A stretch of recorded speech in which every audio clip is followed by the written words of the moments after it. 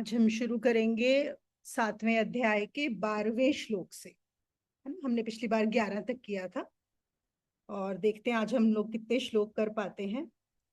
तो 12वें श्लोक में कृष्ण क्या बता रहे हैं अर्जुन को कि ये जो 3 गुण हैं, सत्व, रजस और तमस, ये मुझसे ही हैं, ये मेरे द्वारा ही हैं और ये मुझ में है लेकिन मैं इनमें नहीं हूं। तो ये आज एक जो कृष्ण एक अलग बात बोल रहे हैं। हमने जब पहले किया था कुछ श्लोकों में, किसी चैप्टर में, वो ये बोल रहे थे कि उस सब में मैं ही हूं, लेकिन आज एक और स्टेप पे जा रहे हैं। वो कह रहे हैं कि ये मुझ में है लेकिन मैं इनमें नहीं हूं। और हम इसको ना, योगानंद जी ने भी और ओशो ने भी, दोनों ने बहुत ही अच्छे से इस चीज को एक्सप्लेन किया है कि इसका मतलब क्या है। ठीक है, तो हम इसको समझने की कोशिश करेंगे। तो एक बात तो ये है कि जब वो कहते हैं कि ये मुझ में है, इसका मतलब है कि मैं इनको प्रभावित करता हूं लेकिन मैं इनसे प्रभावित नहीं होता। हमारे लिए ये सबसे मूल्य बात है, सबसे गूढ़ बात है कि परमात्मा प्रकृति को प्रभावित करता है लेकिन प्रकृति परमात्मा को प्रभावित नहीं करती। ये हमें समझना है। इसीलिए हमने पिछली बार भी एक बार जब बात किया था कि हमने कहा था एक छोटा सर्कल है और एक बड़ा सर्कल है। बड़ा सर्कल है परमात्मा और छोटा सर्कल है प्रकृति। और छोटे सर्कल में भी आप एक बिंदु बना लीजिए जो कि है आप, मतलब हम, ये व्यक्ति, ये जीव। अब क्या होता है, जनरल बेसिस पे ये जो जीव है वो उस प्रकृति से लड़ना चाहता है। जब हम अभी बात कर रहे थे मन की, मन क्या है? मन सिर्फ इस जीव का नहीं है, पूरी प्रकृति का है, प्रकृति से आया हुआ है। तो हम अगर उस मन से लड़ेंगे तो हम लड़ ही नहीं सकते, वो हम हारने ही वाले हैं पक्का। आप कुछ भी डिसाइड कर लो, आप सोचो मैं क्रोध नहीं करूंगा, मैं दुखी नहीं होऊंगा, मैं ऐसा नहीं करूंगा, मैं अब ऐसा जवाब नहीं दूंगा, मैं कल से जल्दी उठूंगा, जो भी आप दिमाग लगाते रहिए, लेकिन ये हो क्या रहा है? ये प्रकृति से आ रहा है। प्रकृति बहुत ज्यादा विशाल है, बहुत बड़ा है, तो हम नहीं कर पाएंगे। लेकिन वहीं अगर जीव परमात्मा से एक हो जाए तो फिर क्या होता है? परमात्मा से एक होने के बाद कि वो प्रकृति को, तभी वो प्रकृति उसके काबू में आ सकती है, उससे पहले आ ही नहीं सकती। यहां पर इसी चीज को बार बार समझाया जाता है। अब योगानंद जी ने यहाँ पे एक बहुत अच्छा एग्जाम्पल दिया, उदाहरण दिया। उन्होंने बोला कि देखो, जैसे सांप होता है, सांप के अंदर जहर होता है, लेकिन सांप उस जहर से प्रभावित नहीं होता, सांप को वो जहर परेशान नहीं करता। लेकिन वही सांप अगर आपको काट जाए तो आप उस जहर से प्रभावित हो जाएंगे, है ना। तो जो परमात्मा की बनाई हुई प्रकृति है, परमात्मा उससे प्रभावित नहीं हो रहा, लेकिन जो जीव है वो उस प्रकृति से प्रभावित हो रहा है और उसके प्रभाव में आने के कारण उसके सारे दुख और समस्याएं हैं। और उसका इलाज क्या है? उसका इलाज प्रकृति से लड़ना बिल्कुल भी नहीं है, बिल्कुल भी नहीं। उसका सिर्फ एक ही इलाज है और वो है कि वो परमात्मा के साथ एक हो जाए। जीव को इतना सामर्थ्य दिया गया है, ऑल्दो इस पूरे वर्तुल में, जो बड़ा वर्तुल, फिर छोटा वर्तुल, और जीव सबसे छोटा है, लेकिन सबसे छोटे होते हुए भी जीव के पास ये अधिकार है कि वो परमात्मा के साथ एक हो सकता है।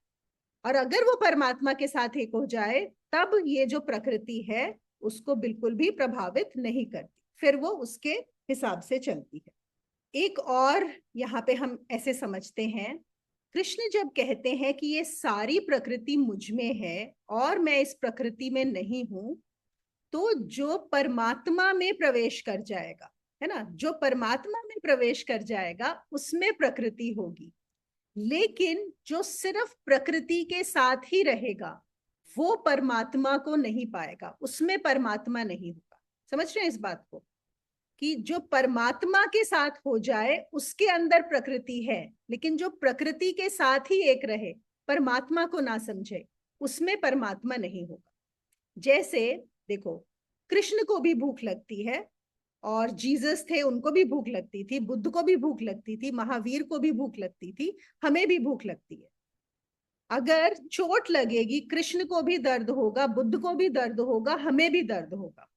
लेकिन फिर भी एक बुनियादी भेद है, एक ही चीज होते हुए भी बुनियादी भेद है। क्या भेद है? जब हमें चोट लग रही होगी ना, तो हमें लगेगा ये तो मुझे लगी है, हाय मेरे साथ ये क्या हो गया, ये मैं पे आ जाएगा। लेकिन जब कृष्ण को लगेगी या बुद्ध को लगेगी, तो सिर्फ प्रकृति के गुण को लग रही होगी, उनको नहीं लग रही होगी। ये बात बहुत गूढ़ है, समझने की है। हमें लगता है जैसे बहुत लोग बोलेंगे, अरे ये जो संत थे ये भी तो खाना खाते थे, इनको भी तो चोट लगी थी, ये भी तो अस्पताल जाते थे। लेकिन बहुत फर्क है इन दोनों चीजों में। समझिए, कृष्ण को लगी तो सिर्फ प्रकृति को लगी, जब भूख लगी, चोट लगी प्रकृति को लगी। हमें लगती है तो हम ये नहीं सोच पाते कि ये प्रकृति को लग रही है, ये सिर्फ एक शरीर को लग रही है। हमें क्या लगता है, मुझे लग गई, हाय मैं मर गया, हाय मेरे साथ क्या हो, है ना। तो हम परेशान हो जाते हैं। क्यों परेशान हो जाते हैं? क्योंकि हमने प्रकृति के अतिरिक्त कुछ जाना ही नहीं है। हम सिर्फ प्रकृति को ही जानते हैं, उसके अलावा कुछ नहीं है। तो जब भी प्रकृति छूटती है, प्रकृति में कुछ होता है, तो हमें लगता है हमें दुख हो रहा है। और यही हमारे दुखों का मूल कारण है। क्योंकि जो भी परेशानियां होंगी वो कहाँ होंगी? प्रकृति में ही होंगी। और जब तक आप प्रकृति से आइडेंटिफाइड हो, तो आपको लगता रहेगा ये तो मुझे ही हो रहा है। ठीक है ना। एक ओशो ने बहुत अच्छी स्टोरी बताई है यहाँ पे। उन्होंने बताया कि एक बार, ये आप लोगों ने सुना होगा अगर, अल्तामीरा की गुफाएं हैं यूरोप में, स्पेन में है शायद। तो 1800s में इनको डिस्कवर किया गया था। और बहुत ही इंटरेस्टिंग स्टोरी है। तो हुआ ये था कि एक वहां पे जमींदार था। उसका, एक मिनट में नाम भूल रही हूँ, बताती हूँ आपको। मार्शिलानो, मार्शिलानो करके, डॉन मार्शिलानो करके एक बहुत बड़ा, उसके पास बहुत जमीन थी। इतनी जमीन थी कि उसकी जमीन में वहां पर पहाड़ियां भी थी। तो बहुत सालों से रहता था, उसके बहुत सारे मजदूर काम करने वाले होते ही हैं। तो एक बार क्या हुआ, उसका जो कुत्ता था वो ऐसे ही पहाड़ के ऊपर कुछ चढ़ रहा होगा, पहाड़ी के ऊपर भागा दौड़ी कर रहा था। और वहां पे कुछ अंदर कुछ गड्ढा हो गया होगा, कुछ होगा, वो अंदर गिर गया। मतलब पहाड़ में कोई गैप था जिसके अंदर वो गिर गया। तो गिर गया तो ऑब्वियसली वहां से उसके रोने चिल्लाने की आवाजें आने लगी और वो बाहर नहीं निकल पा रहा था। तो जब सबको पता लगा, तो ऑब्वियसली जो उनके काम करने वाले थे वो सब गए वहां पे उस कुत्ते को बाहर निकालने के लिए। तो तब जहां पर कुत्ता गिरा था, उन्होंने जब वहां पर खुदाई की, तो पता लगा कि वहां पे तो कोई बहुत पुरानी गुफा है, अंदर गुफा थी असल में। और वो गुफा में कुत्ता गिर गया था। किसी को पता नहीं था कि वहां पर गुफा है उस पहाड़ी के अंदर। और चांस की बात ये हुई कि जो मार्शिलानो है ये एक हिस्टोरियन था। और ये जो है, हड्डियों के ऊपर बहुत टाइम से रिसर्च कर रहा था, अलग अलग तरह की हड्डियों पे। और इसके जब जो कर्मचारी थे, जब वो गुफा में गए और उस कुत्ते को बाहर लेके आए, तो उन्होंने आके बताया कि ऐसा लगता है कि वो जो गुफा है वो बहुत पुरानी है और वहां पे बहुत सारी हड्डियां हैं। तो इसके लिए तो मतलब इट इज लाइक कि एक खजाना मिल गया, कि आपकी ही जमीन पे आप एक काम कर रहे हो और एक खजाना। तो उसने ऑब्वियसली सब लोग बुलवाए कराए, उस गुफा को खोदा गया, अंदर तक रास्ता साफ किया गया वहां पे अंदर जाने के लिए। और फिर मार्शिलानो जब अंदर गया उस गुफा के अंदर, तो देखा, कुछ ऐसा अनुमान लगाया गया कि 20,000 साल पुरानी गुफा है। और वहां पे हर तरह की हड्डियां, इतनी तरह की हड्डियां थी कि इसके लिए तो मतलब बहुत बड़ी चीज हो गई। ये आप सोचो, जैसे आपकी जमीन हो, आपका घर, और आपको हीरे जवाहरात मिल जाए वहां पे सडनली दबे हुए, उसके लिए बिल्कुल ऐसा था। तो वो रोज सुबह सुबह जाता था अपनी टॉर्च सर्च लाइट लेके, और हड्डियां नीचे पड़ी होती थी गुफा में, जमीन पर, गुफा के फ्लोर पे। तो वो इकट्ठी करता था। और उसको पूरा ध्यान रहता था कि कोई भी एक भी हड्डी छूट ना जाए। देखो ये बिल्कुल ऐसा है, आप सोचो कि आप कहीं घुसो अपने, आप जैसे मैंने बोला, आपके घर में ही आपको खजाना मिल जाए, और जो आपका जो नीचे खेत है उसमें हीरे पड़े हुए हों, तो आप कितने ध्यान से उनको बिनोगे ना, कि कहीं कोई मिट्टी में इधर उधर हो ना जाए, हीरा छुप ना जाए, हीरा कहीं गुम ना हो जाए, कि मैं सारे निकाल सकूं। होगा कि नहीं होगा? बिल्कुल ऐसे ही वो लगा हुआ था हड्डियां बीनने में। और 6 दिन हो गए थे हड्डियां बीनते हुए। तो 7वें दिन क्या हुआ, उसकी एक छोटी बेटी थी, 8 एक साल की बेटी थी। उसने बोला कि मैं भी आपके साथ जाना चाहती हूँ, प्लीज मुझे लेके चलो। तो उसने बोला चलो ठीक है, तुम भी चलो मेरे साथ। और फिर वो लेके गया अपनी बेटी को, और वो हड्डियां ढूंढ रहा था। और तभी उसकी बेटी ने बोला कि पिताजी देखिए ऊपर क्या है, ऊपर। तो अब पहली बार देखो, ये 7वां दिन है जब वो इस गुफा में आ रहा है, और उसने अभी तक नीचे के अलावा देखा ही नहीं। जब उसने अपनी ऊपर नजर उठाई तो ही वॉज शॉक्ड। कैसे शॉक हुआ कि ऊपर ऐसी पेंटिंग की हुई थी जैसे किसी ने कल पेंटिंग की हो, इतनी फ्रेश। और उन पेंटिंग्स की वजह से ही वो जो केव्स हैं, अल्तामिरा केव्स हैं, वो इतनी पॉपुलर और फेमस हुई हैं। कहते हैं कि जो वर्ल्ड सोचता था कि पिकासो बहुत अच्छा पेंटर है, लेकिन एक्चुअली वहां जो क्वालिटी ऑफ पेंटिंग, और सबसे बड़ी बात है कि 20,000 साल पुरानी पेंटिंग थी, लेकिन ऐसा लग रहा था कि कल ही हुआ है। मतलब सोचो द क्वालिटी ऑफ पिगमेंट, क्योंकि अभी भी हम ऐसा पिगमेंट नहीं बना पाए हैं जो फेड हो जाता है, मतलब टाइम के साथ, कि वो टाइम के साथ वैसा का वैसा रहे। लेकिन 20,000 साल तक भी वो अभी भी वो पिगमेंट वैसा का वैसा ही। तो वो हड्डियां इंपॉर्टेंट नहीं थी, वो जो पेंटिंग ऊपर डिस्कवर हुई उसकी वजह से, वो जो उन्होंने पूरा, मतलब वो एक ऐतिहासिक घटना थी कि पूरे हमारे संसार के इतिहास को ही बदल दिया। एक पेंटिंग जगत में पूरा इतिहास बदल गया उसका। लेकिन वो डिस्कवर किसने की? क्या हम बोल सकते हैं कि मार्शिलानो ने ढूंढी? क्योंकि उसका ध्यान कहाँ था? नीचे था, वो हड्डियां ढूंढ रहा था। वो तो अगर उसकी बेटी नहीं आती वो ऊपर कभी देखता ही नहीं। अब देखो यहाँ पे ओशो कितना अच्छा उसको लिंक करते हैं बात को। वो कहते हैं जैसे वो हड्डियों में उलझा रहा, ऐसे ही जब तक तुम प्रकृति में उलझे हो, तुम हड्डियों में ही उलझे हुए हो। तुमको पता नहीं है, तुम्हारी नजर इतनी ज्यादा नीचे की तरफ है। देखो कितनी हैरानी की बात है कि एक इंसान रोज जाके 18-18 घंटे एक जगह पे स्पेंड कर रहा है, लेकिन उसका ध्यान नीचे है, ऊपर जाता ही नहीं उसका ध्यान।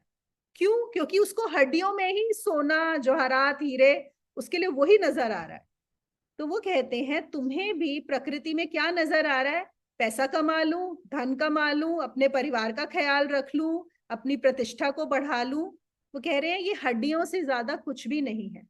क्यों? क्योंकि ये प्रकृति है।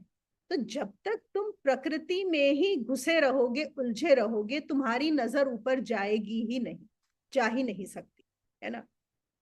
तो वो कह रहे हैं कि हमें भी सर्च लाइट मिली हुई है, हमारे पास भी ऑप्शन है कि हम नीचे देखें या ऊपर देखें, लेकिन हम ऊपर देखते ही नहीं है।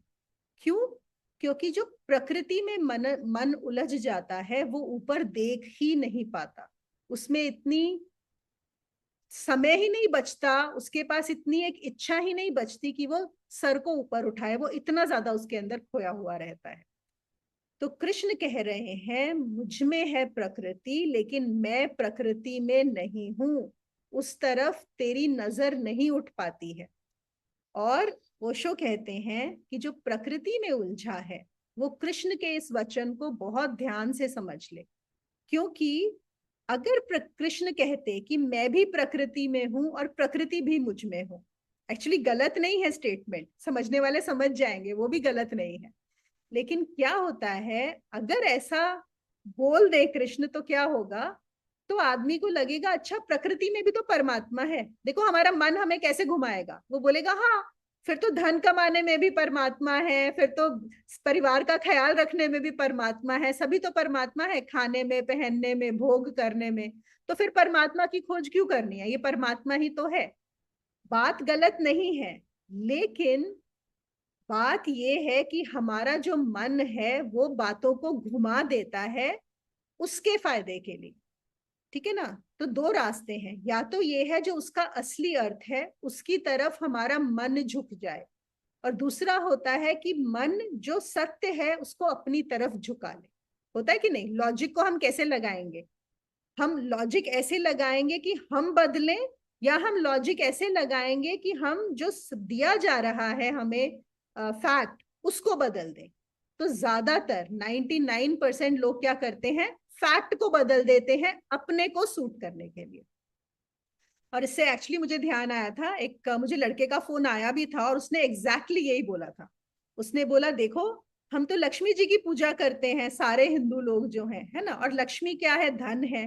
तो अगर मैं धन के पीछे भाग रहा हूं तो मैं परमात्मा के पीछे ही तो भाग रहा हूं, इसमें प्रॉब्लम कहाँ पे है? तो बात वही है ना। इसीलिए वो बोल रहे हैं, कहते हैं इसीलिए कृष्ण कह रहे हैं ये बात कि प्रकृति मुझ में है लेकिन मैं प्रकृति में नहीं हूं। क्योंकि जब तक अगर मैं बोलूंगा कि मैं भी हूं, तुम आंख ऊपर उठाकर देखोगे ही नहीं, तुम जिसमें उलझे हो उसके ऊपर जाओगे ही नहीं। फिर एक और कहानी ओशो बताते हैं यहाँ पे, ये आप लोगों ने सुनी हुई भी होगी कि एक बार एक सुबह सुबह जो बुद्ध का चल रहा था, सत्संग चल रहा था, तो एक औरत आई, उसने अपना, उसका छोटा बेटा था, कुछ 8-10 साल का बेटा होगा, उसकी लाश हाथ में उठाए हुए थी और लाके बुद्ध के सामने रख दी। और उसने बोला कि मैंने सुना है आप भगवान हैं, सब आपको भगवान बोलते हैं, भगवान तो सब कुछ कर सकते हैं, आप मेरे बेटे को जिंदा कर दीजिए। तो बुद्ध ने उसकी तरफ देखा, थोड़ी देर चुप रहे, फिर बुद्ध ने बोला हाँ ठीक है, मैं कर सकता हूं, मैं इसके लिए एक दवाई बनाऊंगा, लेकिन उस दवाई के लिए मुझे कुछ सरसों के दाने चाहिए, वो तुम ला सकती हो? तो उसने बोला हाँ मैं ले आती हूँ सरसों के दाने, क्या प्रॉब्लम है? तो उसने बोला लेकिन जब तुम सरसों के दाने लाओ ना, तो सिर्फ उसी घर से आने चाहिए जहां पर कभी कोई मृत्यु ना हुई हो। ऐसे घर से अगर तुम सरसों के दाने मुझे ला दोगी तो मैं तुम्हारे एक ऐसी दवाई बनाऊंगा और तुम्हारा बेटा जो है जिंदा हो जाएगा। तो उसने बोला हाँ ठीक है मैं जाती हूँ। तो वो अपने बेटे को वहां पर रखकर और भागी गांव में, और हर घर में जाके उसने दस्तक दी कि मुझे सरसों के दाने दे दिए जाएं। लेकिन आप जानते हैं कि हर किसी भी घर से उसे दाने नहीं मिले, सबने यही बोला कि हमारे घर में भी मृत्यु हुई है, हमारे घर में भी मृत्यु हुई है। एक भी घर नहीं मिला, एक भी नहीं मिला। तो जब वो वापस आई तो उसने, बुद्ध ने पूछा कि ले आई सरसों के दाने? तो वो एक्चुअली मुस्कुरा रही थी उस समय। उसने बोला नहीं, मैं सरसों के दाने तो नहीं लेकर आई, लेकिन मैं बुद्धिमता लेकर आई हूँ कि मैं अपनी प्रार्थना आपसे वापस लेती हूँ, अब उसे जिंदा करने की कोई जरूरत नहीं है। तो बुद्ध ने कहा तो इतनी जल्दी कैसे बदल गए? तो उसने कहा कि जिस तथ्य की तरफ आज तक मेरी आंख उठी ही नहीं थी, उस तथ्य का दर्शन होते ही सब बदल गया। मतलब एक ऐसी चीज जो मैंने आज तक जानी ही नहीं थी, आज मैं जान गई हूँ। जब सभी मरते हैं, सभी को मरना है, तो मेरे बेटे के साथ भी अगर वो मर गया तो क्या गलत हुआ? कुछ भी गलत नहीं हुआ। इसलिए मैं बिल्कुल भी दुखी नहीं हूं। और अब मैं अब नहीं चाहती कि आप मेरे बेटे को जिंदा कर दें, क्योंकि अगर आप आज कर भी देंगे तो भी एक ना एक दिन तो इसको मौत आनी ही है, आएगी ही, और मुझे भी जाना है। तो बस अब तो मैं आपके पास दूसरी प्रार्थना लेकर आई हूं। मुझे ये पता लग गया है कि मरना तो है ही, लेकिन मरने से पहले ये जीवन क्या है, इसको जानने की कोई विधि हो, कोई तरीका हो, तो वो आप मुझे बता दीजिए। तो तो वही बात है, क्या हुआ? पहले नजर कहाँ थी और फिर नजर बदल गई। तो क्या हो रहा है? बस दृष्टि को बदलना है और कुछ भी नहीं करना, दृष्टि बदलनी। पहले दृष्टि कहीं और थी, अब दृष्टि बदल गई। तो उसी दिन बुद्ध ने उसे दीक्षा दी और वो सन्यासिन हो गई। तो क्या होता है कि अगर जब तक हम प्रकृति को ही सब कुछ समझेंगे, जो कि ज्यादातर लोग ऐसा ही समझे हुए हैं, तब तक परमात्मा की तरफ आंख नहीं उठेगी। जब तक हड्डियों में उलझे हैं तब तक परमात्मा की तरफ आंख नहीं जाएगी, कुछ भी नहीं होगा, है ना। हम प्रकृति में ही फंसे हुए हैं। और अर्जुन क्या कह रहा है? अर्जुन भी तो यही कह रहा है कि तुम मुझे इस युद्ध से जाने दो। इस युद्ध में क्या हो रहा है? तामसिकता है, राजसिक है, और मैं सत्य में जाना चाहता हूँ, मैं सत्व में ठहरना चाहता हूँ, मैं सात्विक होना चाहता हूँ। यहाँ पे सब बहुत गड़बड़ है।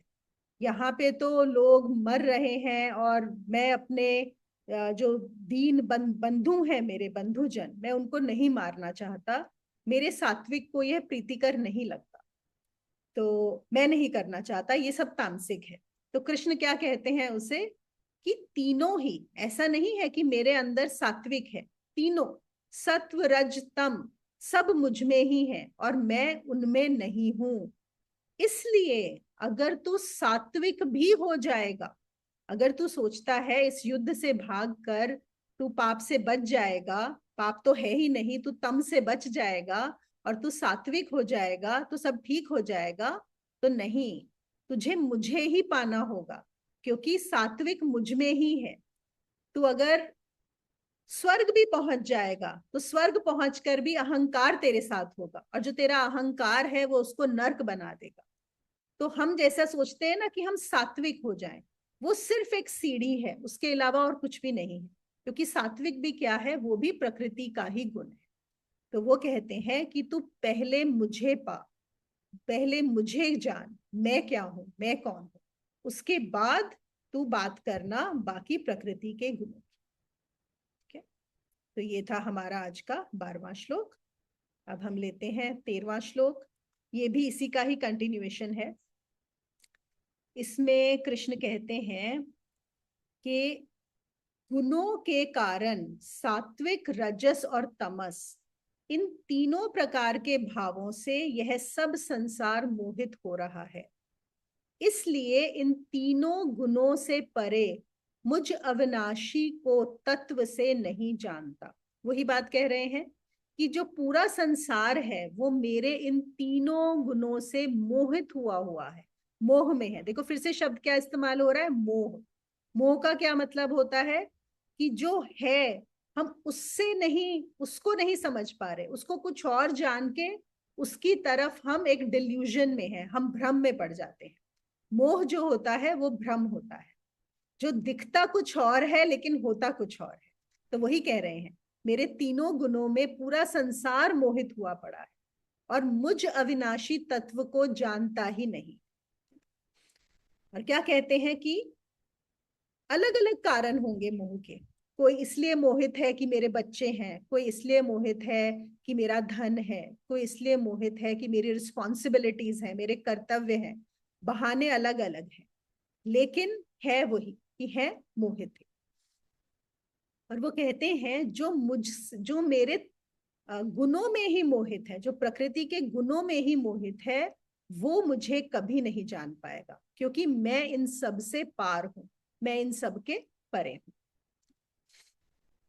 अब यहाँ पे क्या समझना है एक चीज, जैसे हम बात कर रहे थे पहले भी कि प्रकृति से नहीं लड़ सकते, और तुम अगर प्रकृति में भी बदलाव करना चाहोगे तो प्रकृति में ही रहोगे। जैसे कि अगर एक चोर बोले कि मुझे अब चोरी छोड़ देनी है, मुझे एक इज्जत की जिंदगी कमानी है, ठीक है वो बात कि वो चोरी छोड़ दे, लेकिन वो जो इज्जत की बात कर रहा है वो भी कहाँ है, वो भी प्रकृति के गुणों में ही है। सब प्रकृति में आता है ना। एक जो है दुखी हो रहा है, क्रोधित हो रहा है, वो कह रहा है कि मैं क्रोध को छोड़ दूं, तो वो क्रोध को भी नहीं छोड़ पाएगा। क्यों? क्योंकि वो प्रकृति का ही गुण है, वो छोड़कर भी प्रकृति में ही है। देखो यहाँ पर कृष्ण, अब हम सोचेंगे लेकिन हमें तो क्रोध छोड़ना होता है, हमें तो अगर चोरी, हम गलत काम कर रहे हैं, हम छोड़ना होता है। हाँ, जब प्रकृति की बात आएगी तब हम बात करेंगे कि प्रकृति के गुणों में क्या करना सही होता है। लेकिन अभी कृष्ण जो बात कर रहे हैं वो प्रकृति से बियॉन्ड की बात कर रहे हैं, वो हमें कुछ और समझाना चाह रहे हैं। वो कह रहे हैं तुम जो भी करोगे तुम प्रकृति के अधीन ही करोगे। तुम तमस से रजस, रजस से सत्व, कुछ भी कर लो, लेकिन हो कहाँ, हो प्रकृति में ही, है ना। फिर वो कहते हैं कि जो बुरा दिखाई पड़ता है, हमें क्या लगता है जो बुरा दिखाई पड़ रहा है वो मोहित है। जैसे जो चोरी कर रहा है वो मोहित है, जो पैसा कमा रहा है वो मोहित है। लेकिन वो कहते हैं जो दूसरों की सेवा में लगा है, वो कह रहा है मुझे तो बस दूसरों की सेवा करनी है, मुझे तो अपना सारा कुछ दान करना है, पुण्य करना है, वो कह रहे हैं वो भी मेरे सत्व गुण से ही हिप्नोटाइज्ड है। देखो, हिप्नोसिस सिर्फ रजस और तमस में नहीं है, सत्व में भी हिप्नोटिज्म है। जो एक है जो समाज को परेशान कर रहा है, समाज को दुखी कर रहा है, और एक है जो समाज को सुखी कर रहा है, समाज की सेवा कर रहा है। लेकिन ये जो समाज की सेवा कर रहा है, ये भी वो कृष्ण कहते हैं अगर मुझे जाने बिना प्रकृति के गुण के अधीन होकर ही कर रहा है, तो ये मुझे नहीं पा सकेगा। ये बात हमें बहुत अच्छे से समझनी है। एक बार कहते हैं कि बुद्ध के पास एक आदमी आया और उसने बुद्ध को बोला, चरणों में अपना सर रख दिया और बोला कि मैं दुनिया का ना कल्याण करना चाहता हूँ, आप मुझे आशीर्वाद दें और बताएं कि बस मैं क्या कर दूं कि इस दुनिया का कल्याण हो जाए। तो बुद्ध ने उसकी तरफ देखा और बोला, पहले तू अपना कल्याण तो कर ले, अपना कल्याण तो कर। तो वो कहता है, नहीं नहीं, मैं स्वार्थी नहीं हूं, मैं अपने बारे में नहीं सोचता, मुझे अपने से कुछ लेना देना नहीं है, मुझे तो दुनिया को ही भला करना है, दुनिया को ही सुधारना है, मैं दुनिया के लिए हूं। तो बुद्ध ने बोला, नहीं, ये स्वार्थ नहीं है। जब तक तू, अगर तू ऐसा सोचता है कि अपना भला किए बिना तू दूसरों का भला करेगा, तो तू दूसरों का बुरा ही करेगा, कुछ भला नहीं कर पाएगा। तो क्या है ये सत्व गुण, हम भी सुन लेते हैं, हेल्प अदर्स, सर्व अदर्स, इसमें कोई बुराई नहीं है, ये सब काम है, लेकिन किसके बाद? कृष्ण को जानने के बाद। कृष्ण मतलब सत्य, कृष्ण मतलब यहाँ पे फॉर्म की बात नहीं हो रही है। तो जब तक हम खुद को नहीं जानेंगे, जब तक हमारा खुद का दिया नहीं जलेगा, तब तक हम दूसरों के दिए कैसे जलाएंगे? बल्कि ऐसा हो सकता है कि हम जाके जो दूसरों के दिए जले हुए हो उनको भी बुझा दें। और कितने लोग सोशल सर्विस के नाम पे, सेवा के नाम पे, असल में वो एक और ही उसमें चले जाते हैं, और वो भी अहंकार होता है। ये भी हमने बात किया, वो बड़ा सूक्ष्म अहंकार होता है, उसमें भी अहंकार होता है। और ओशो तो कहते हैं, सोचो अगर दुनिया इतनी स्वस्थ हो जाए कि आपको किसी की सेवा करने की जरूरत ही ना हो, तो कहते फिर देखना ये जो सारे समाज सेवक है इनका क्या होगा। वो कहते वो उतने ही परेशान होंगे, जैसे चोर को चोरी करने से रोको तो वो कितना परेशान होता है। अगर सब सुधर जाएं तो जो समाज सेवक बैठे हैं उनको भी उतनी परेशानी होने वाली है। उनको समझ ही नहीं आएगा कि वो करें क्या, क्योंकि उसके अलावा उन्हें और कुछ आता ही नहीं। क्या होता है, दूसरे को बदलने में, दूसरे को चेंज करने में, दूसरे को ठीक करने में, इसमें भी एक रस होता है कि हम दुनिया को ठीक कर दें, हम दूसरे को बदल दें, बड़ी मौज होती है। और जो सच में बदलता है, उसको कभी ये ख्याल ही नहीं होता कि मुझे दूसरों को बदलना है। जो दूसरों को बदलना नहीं चाहता वो ही असल में दूसरों को बदल सकता है। जो दूसरों को बदलने के हिसाब से काम करता है वो कभी बदल ही नहीं सकता, वो पॉसिबल ही नहीं है। क्योंकि यहाँ पर भी क्या है, भ्रम है, यहाँ पर अज्ञान है कि मुझे दूसरों को बदलना है, जो दूसरे हैं वो कहीं किसी गलत उस पे हैं, वो जो कर रहे हैं वो गलत है। ये अपने आप में भी एक अज्ञान है।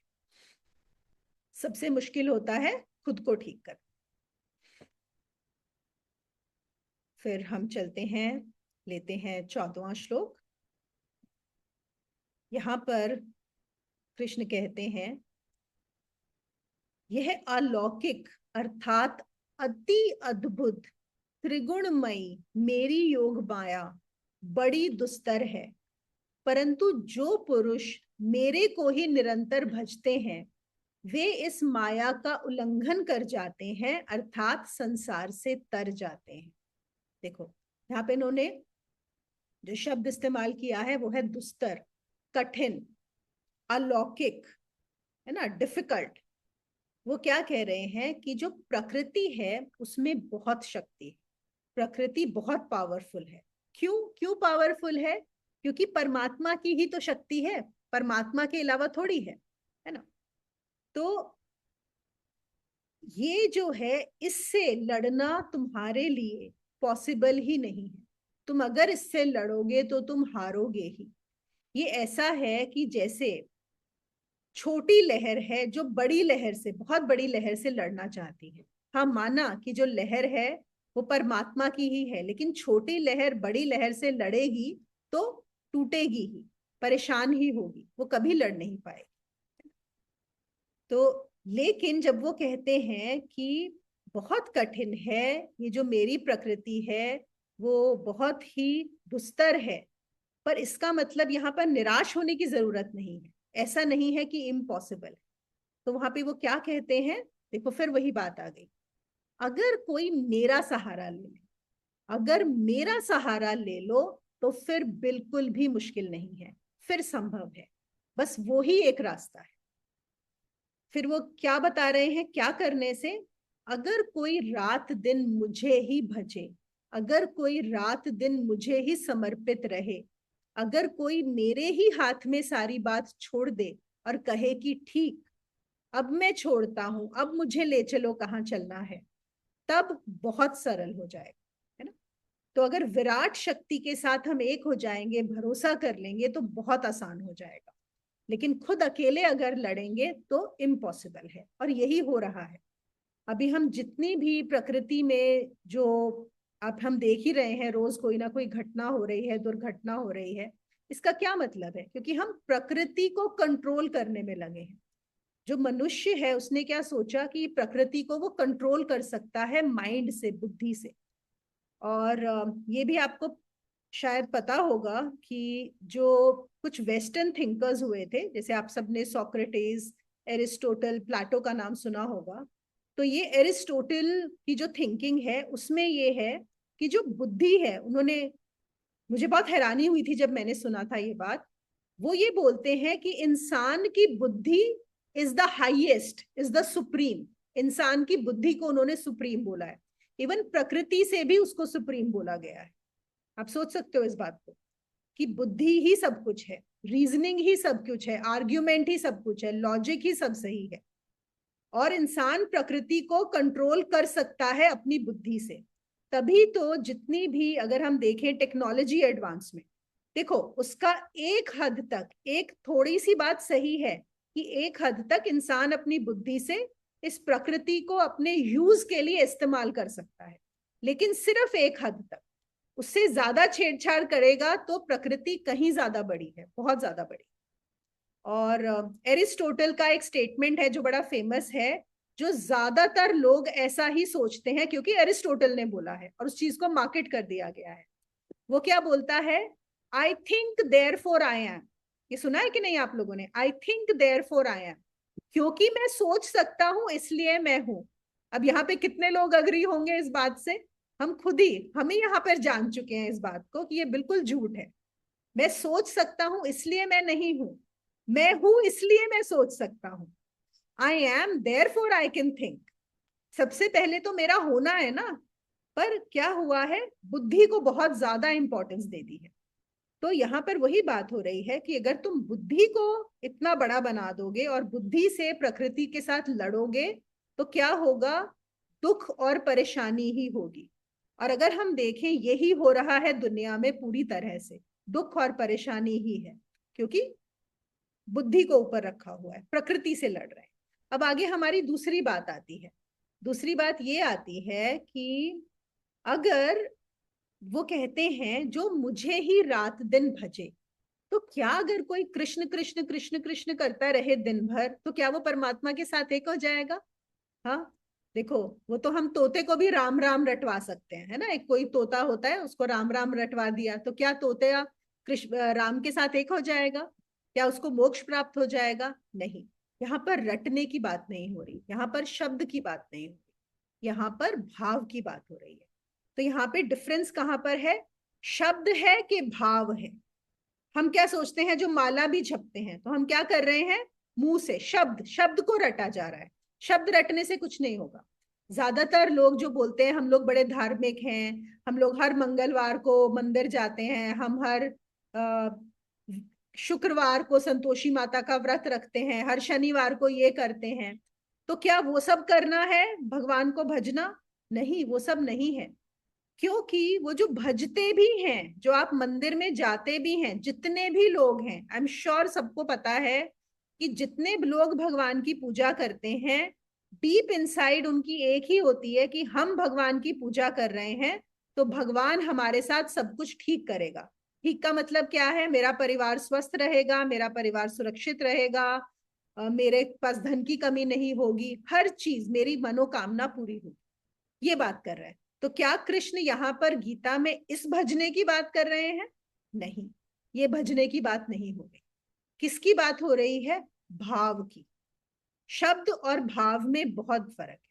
और जो भाव जब होता है वहां पे शब्दों की जरूरत नहीं होती, बिल्कुल भी जरूरत नहीं होती। बिना, जो आपको सच में प्रेम करता है उसको आपको कहना नहीं पड़ेगा कि आई लव यू। यहाँ पे ना अब सोच के देखो, एक जो माँ जब पहली बार माँ बनती है, एक छोटा बच्चा आता है, माँ बच्चे को प्रेम करती है कि नहीं करती? क्या बच्चे को पता पड़ता है कि माँ प्रेम कर रही है कि नहीं कर रही? आपको क्या लगता है? पता तो पड़ता होगा ना कि माँ के साथ, वो माँ के पास जाकर ही प्रसन्न होता है, वो माँ के पास जाकर ही उसको जो है शांति मिलती है। कितने भी लोग रोता है तो माँ ही है जो चुप कर आएगी। तो कहीं ना कहीं उसको उस प्रेम का पता पड़ रहा है ना, वो माँ से ही अटैच्ड है। लेकिन क्या माँ उसको आई लव यू बोलती है? इसलिए उसको पता है माँ आई लव यू बोल सकती है। छोटे बच्चे को उसको पता पड़ेगा आई लव यू का मतलब क्या होता है? तो शब्द है, अगर माँ बोलेगी आई लव यू, तो मैंने आई लव यू बोल दिया, अब उसको मेड पाले, तो क्या उस बच्चे को माँ का प्रेम मिलेगा? नहीं ना। तो बात शब्द की नहीं है, बात भाव की है यहाँ। जैसे माँ और बच्चे के बीच में प्रेम है, भाव है, बिल्कुल ऐसे ही भगवान को आपको नाम नहीं रटना है कि आप राम राम रटो या राम राम लिखो, नहीं। भाव से, अंदर से, वो इतना, जैसे माँ के मन के अंदर बच्चा बसा हुआ है, ऐसे ही आपके मन के अंदर, आपके रोम रोम में, हर चीज में कृष्ण अगर बस जाए, कृष्ण तो मतलब यहाँ पर हम कृष्ण की बात कर रहे हैं, जो भी परमात्मा जिस भी रूप में आप देखते हैं उसको, वो बस जाए, तो फिर क्या होता है? फिर वो आपके प्राणों से, आपके रोए रोए से प्रकट होता है, फिर आप परमात्मा के साथ एक होना शुरू कर सकते। उससे पहले नहीं हो सकता। अगर कोई रटेगा तो उससे कुछ भी नहीं होगा। यहाँ पे ओशो एक और शब्द का इस्तेमाल करते हैं। वो कहते हैं परमात्मा सम्मोहन को डीहिप्नोटाइज करता है। God is the dehypnotizing factor over here. सम्मोहन को तोड़ता है, परमात्मा एक एंटीडोट है। यहाँ पे परेशानी क्या है कि हम सम्मोहित हो गए हैं। किसमें सम्मोहित हो गए हैं? प्रकृति के गुणों में। हम लोग उसके अंदर जाके पूरी तरह से फंस गए हैं। माया, और है भी माया बहुत ज्यादा, ये जो त्रिगुणात्मक शक्ति है बहुत पावरफुल है, इसने सम्मोह किया हुआ है, इसने अपना डंक जीव के ऊपर डाला हुआ है। और जीव क्या है? प्रकृति का ही तो पुतला है, इन तीनों गुणों का ही तो पुतला है। तो कैसे इससे बाहर आए?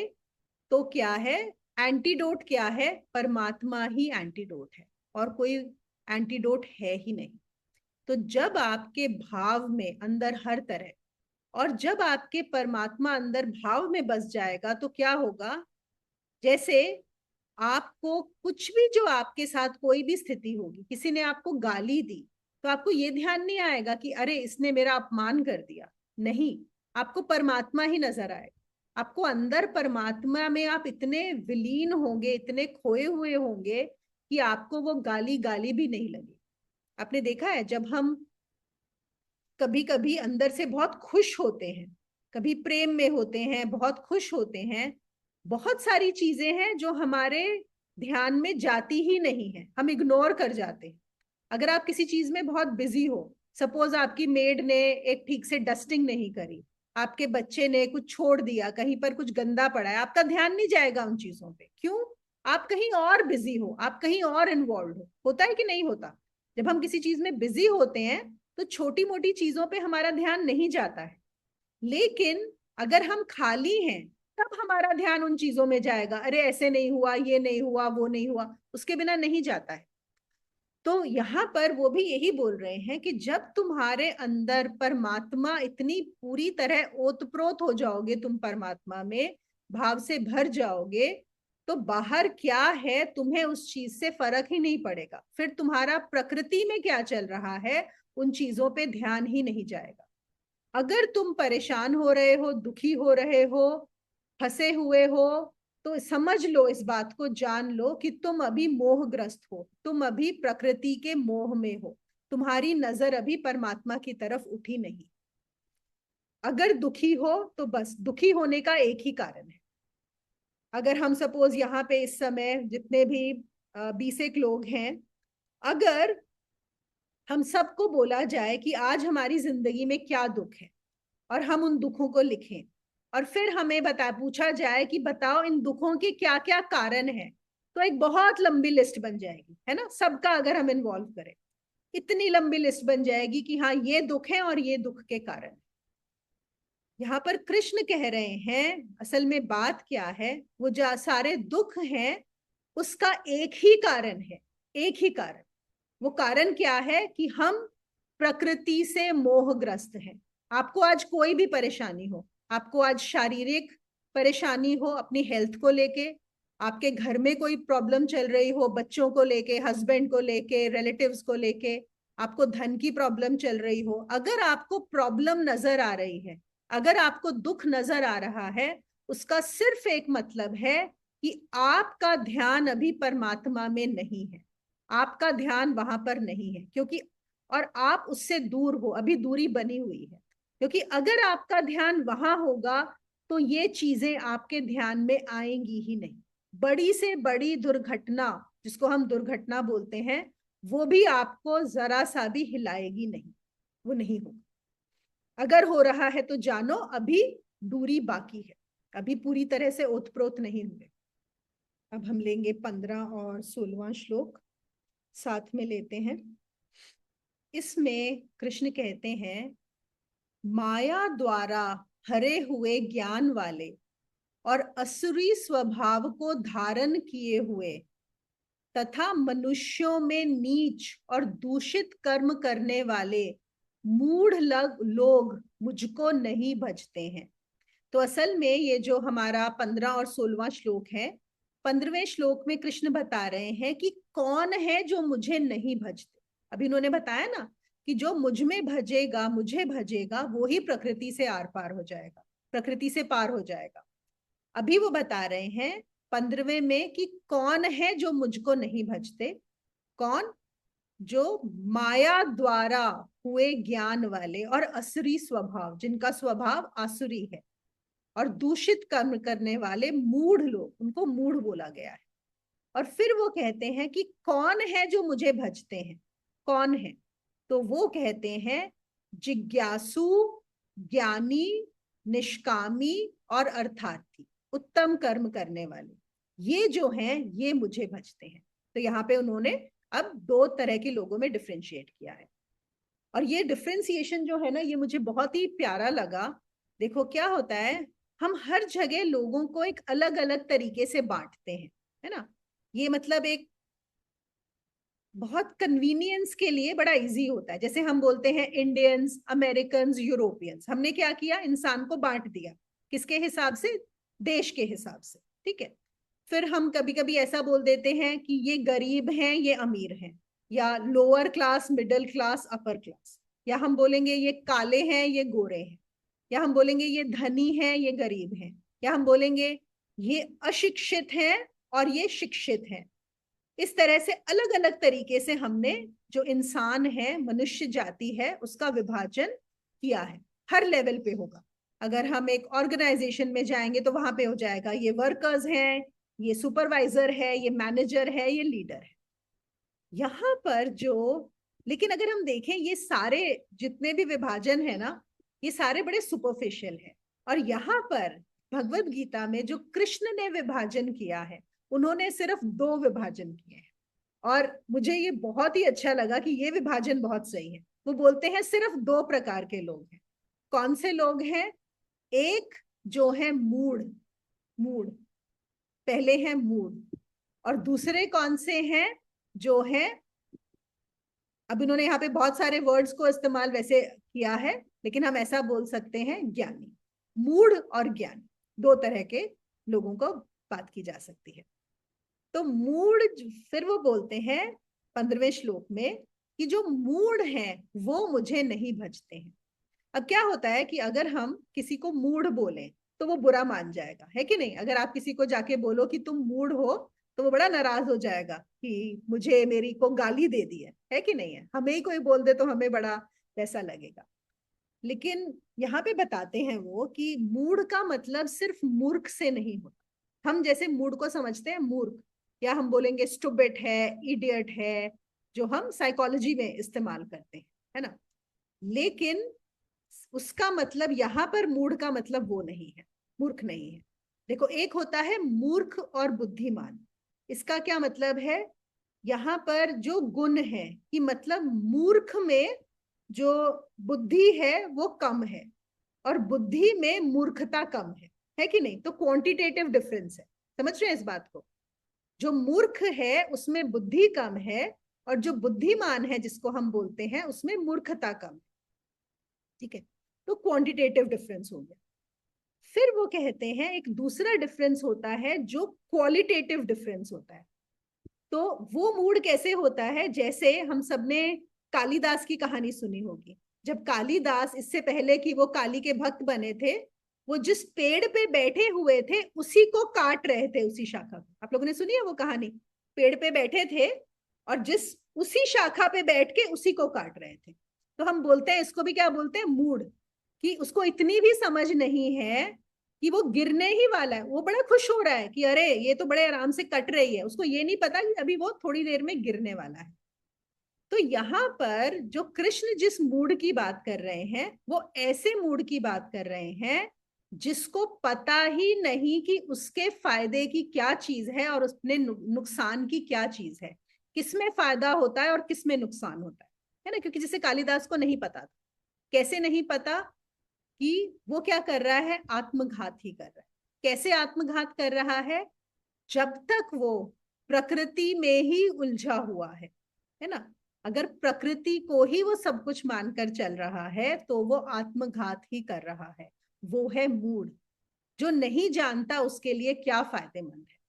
और ये कैसे होगा? अब हम कालिदास पे तो हंस देते हैं कि कितना बेवकूफ है, उसको नहीं पता और वो गिरने वाला है। हमारे साथ क्या होने वाला है? हम क्या कर रहे हैं?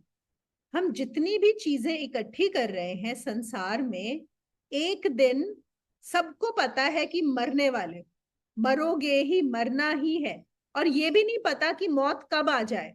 अब तो हमारे पास लेटेस्ट इंसिडेंट है, मतलब 3 दिन पहले का हम सबने सुना है और कितना हैरान करने वाला है कि आप अपने मतलब घर में ही हो ना। उन डॉक्टर्स के लिए तो वो जो हॉस्टल था वो घर ही था।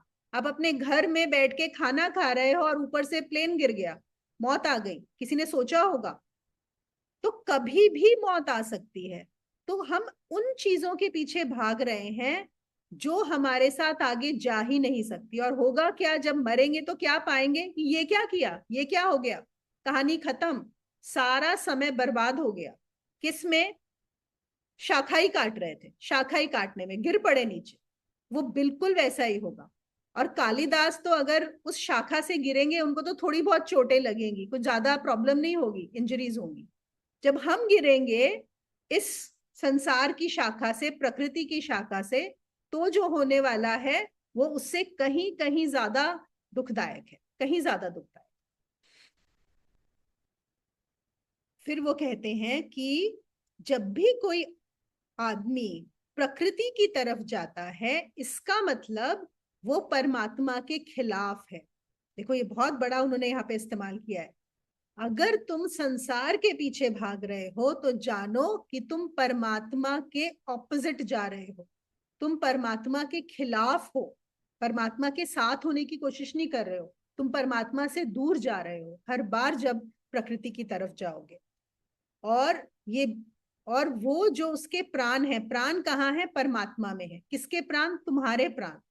तुम्हारा जो रूट्स है वो परमात्मा में है, लेकिन तुम अपने ही रूट से दूर जा रहे हो। और अपने रूट से दूर जाओगे तो तुमको गिरना ही गिरना है, तुमको परेशान होना ही होना है। और यही तुम्हारी सबसे बड़ी मूढ़ता है। यहाँ पे उन्होंने एक और स्टोरी बताई है कि जैसे था ना कि हम पहले भी बात कर रहे थे प्रार्थना की, कि हम क्या सोचते हैं कि हम रोज मंदिर जाते हैं, 108 बार राम का नाम जप लेते हैं तो हमारी तो प्रार्थना हो गई। वो प्रार्थना नहीं है। तो इसको समझाने के लिए ओशो, आपको पता ही है कैसी स्टोरी सुनाते हैं। तो कहते हैं कि एक बार एक आदमी गया घोड़ा खरीदने। तो काफी सारे घोड़े देखे, लेकिन एक घोड़ा जो था वो 10 गुना ज्यादा महंगा था बाकी घोड़ों से, जबकि सारे घोड़े अच्छे थे और ऐसा कुछ स्पेशल भी नहीं लग रहा था। तो उसने दुकानदार से पूछा कि इसमें ऐसी क्या खास बात है कि ये 10 गुना महंगा है? तो उसने बोला इस घोड़े में बहुत खास बात ये है कि जब आप इस घोड़े पे दौड़ते हो और अगर आप गिर जाओ इस घोड़े से, सपोज आप गिर गए इसकी सवारी करते हुए, तो ये घोड़ा दौड़ के जाके डॉक्टर को बुला लाता है, इमीडिएटली जाता है और डॉक्टर बुला लाता है आपके लिए। तो ये आदमी बड़ा हैरान हुआ, उसने बोला अरे वाह ये तो बड़ी अच्छी बात है। तो उसने बोला कि मैं टेस्ट करना चाहता हूँ इस घोड़े को, मतलब मैं खरीदूंगा, ये तो मुझे अच्छा लग रहा है, लेकिन मैं पहले टेस्ट कर लूं कि ऐसा होता है कि नहीं होता। तो उसने बोला हाँ आप टेस्ट कर लीजिए, ये तो हमारा है ही, इसी के लिए तो हम पैसे ले रहे हैं, तो ठीक है चलेगा। तो वो आदमी अपना गया उस पे घोड़े पे सवार होके, और उसको तो टेस्ट क्या करना था कि ये डॉक्टर को बुलाएगा कि नहीं बुलाएगा। तो अपना वो चढ़ा और गिर गया। उसने कहा देखो तो सही क्या करेगा घोड़ा, तो खुद ही गिर पड़ा घोड़े से। एंड एक्चुअली इमीडिएटली घोड़ा दौड़ा, और थोड़ी देर के बाद देखा कि घोड़े के ऊपर डॉक्टर बैठ के आ रहा है। तो डॉक्टर आया और सब, तो ये तो बहुत हैरान कि ऐसे कैसे हो जाता है, मतलब ये तो कमाल ही हो गया सच में। तो फिर वो जो घोड़े का ओनर था वो आया, उसने बोला अब आपको तसल्ली हो गई। तो उसने बोला हाँ बाकी सब तो ठीक है, तसल्ली तो हो गई, मतलब मैं सच में, आपने क्या ट्रेनिंग दिया है, लेकिन मुझे एक बताओ कि ये जो घोड़ा है ये वेट को क्यों लेकर आया। जो घोड़ा जब डॉक्टर को लेके आया तो वेट को लेके आया, वेटरनरी डॉक्टर को। तो उसने बोला कि ऑब्वियसली जो घोड़ा है वो तो घोड़े के ही डॉक्टर को लेकर आएगा ना, घोड़े को इंसान का डॉक्टर थोड़ी लेके आएगा, घोड़ा तो घोड़े के ही डॉक्टर को लेके आएगा। अब देखो यहाँ पर ओशो बताना क्या चाह रहे हैं, वो ये कह रहे हैं कि जब तक तुम परमात्मा को नहीं जानते, है ना, तब तक तुम जो भी करोगे, तुम्हारा भजन तुम्हारी अपनी बुद्धि से होगा, और तुम्हारी बुद्धि और घोड़े की बुद्धि में कोई फर्क नहीं है। जैसे घोड़ा डॉक्टर किससे लेके आया, अपनी बुद्धि से लाया ना, घोड़ा तो बेचारा अपने हिसाब से, वो तो डॉक्टर लाया है लेकिन अपनी बुद्धि से लाया। तो ऐसे ही तुम भी अगर लेकर आओगे, जो भी करोगे, तुम मुझे भजोगे, अपनी ही बुद्धि से भजोगे, और उस बुद्धि से भजने से कुछ भी नहीं होगा। तो फिर वही बात यही है कि आदमी सोचता है कि वो बहुत बुद्धिमान है ना, हर किसी को यही लगता है कि हम तो बड़े बुद्धिमान हैं, हमें तो सब पता है। लेकिन वो बोलते हैं नहीं, तुम्हें कुछ भी नहीं पता, जब तक तुम प्रकृति में हो तब तक तुम मूढ़ ही हो और मूढ़ ही रहोगे, चाहे तुम सात्विक भी क्यों ना हो जाए। अगर तुम सोचते हो ना कि तुम बड़े सात्विक हो तो तुम्हारी बुद्धि बहुत सही है, नहीं, वो भी नहीं, सात्विकता में भी नहीं। फिर वो कहते हैं कृष्ण कि कौन है जो मुझे भजता है, जिज्ञासु, मुमुक्षु, सदाचरण वाले बुद्धिमान मुझे भजते हैं, और सच में सिर्फ वो ही बुद्धिमान है जो इस जगत के अवसर का उपयोग मुझे पाने में कर ले। फिर से बोलती हूँ, जो इस जगत के अवसर का उपयोग, ये एक अवसर मिला है आपको, मनुष्य को, कि या तो वो प्रकृति में उलझ जाए या फिर वो परमात्मा को पाले। तो वो कहते हैं सिर्फ वही बुद्धिमान है जो इस अवसर को मुझे पाने में लगा दे, बस, और बाकी सब मूढ़ है। इसके अलावा और कोई बुद्धिमान है ही नहीं, सब बुद्धिहीन है ना। और परमात्मा से क्या मतलब है, परमात्मा से मतलब कोई गॉड, कोई कृष्ण, कोई शिव नहीं, वो नहीं है। परमात्मा का मतलब है वो सत्य, वो सत्य, वो गहनतम सत्य, जो हमेशा था, हमेशा है और हमेशा रहेगा। आपके जन्म होने से पहले भी था और आपकी मृत्यु के बाद भी रहेगा। मृत्यु तो, आपका जन्म हुआ है तो मृत्यु तो होनी ही है, लेकिन वो सत्य हमेशा है, जो उस सत्य को पाने में लगा दे। और हम ऐसा भी बोलते हैं ना कि ये जो मनुष्य जीवन का अवसर मिला है, मनुष्य जीवन मिला है, इससे अच्छा कुछ हो ही नहीं सकता कि उसे उस सत्य की खोज में लगा दिया जाए। एक और बहुत प्यारी कहानी ओशो ने सुनाई है, मैं बताती हूँ कि एक बार क्या हुआ, एक गुरु के आश्रम में एक सन्यासी था। तो गुरु ने तो ऑब्वियसली बहुत समझाया सिखाया, जो भी सिखा सकता था, लेकिन वो समझ ही नहीं पा रहा था। वो जो था वहां पर साधक, वो नहीं समझ पाया। तो गुरु ने बोला कि देख, मैं तुझे जितना समझा सिखा सकता था मैंने तुझे सिखा दिया, लेकिन मुझे लगता है तू तो है ना, तू बहरा है, तुझे मैं अब और कुछ नहीं बता सकता। तो तू एक काम कर, मैं तुझे किसी और के पास भेजता हूँ। एक और राज्य था, उसका सम्राट था, उसने बोला कि तुम उस राज्य के सम्राट से जाके अब शिक्षा लो। तो अब गुरु की आज्ञा थी तो वो सन्यासी चल पड़ा। अब जब वहां पर पहुंचा, कई दिन का रास्ता उसने तय किया, दूसरे राज्य में गया। फिर सम्राट, तो इतना आसान तो नहीं होता कि सम्राट से मिलना, लेकिन जब उसने बताया कि ऐसे ऐसे गुरु ने मुझे भेजा है, तो सीधा उसको, मतलब जब परमिशन मिली, तो जो सम्राट का कक्ष था, सीधा वहां तक वो सन्यासी पहुंच गया। और जब वो वहां पर पहुंचा तो उसने देखा कि जो सम्राट है वो नशे में धुत है, पूरा उसने पिया हुआ है। आसपास बहुत सारी नर्तकियां हैं, कुछ अधनंगी हैं, नाच रहे हैं, सब लोग शराब पी रहे हैं। तो वो तो बहुत बुरी तरह घबरा गया, और उसने बोला, ये मेरे गुरु ने मुझे किसके पास भेज दिया, मैं कहाँ आ गया, ये कुछ गलती हो गई है लगता है, तो मैं चलता हूँ। ये मन में सोच रहा है, क्योंकि जब अंदर, जैसे होता है ना, हम कई बार होता है अंदर घुसे, आपने नजारा देखा इमिजिएटली, और आपके माइंड में ये बात आ गई।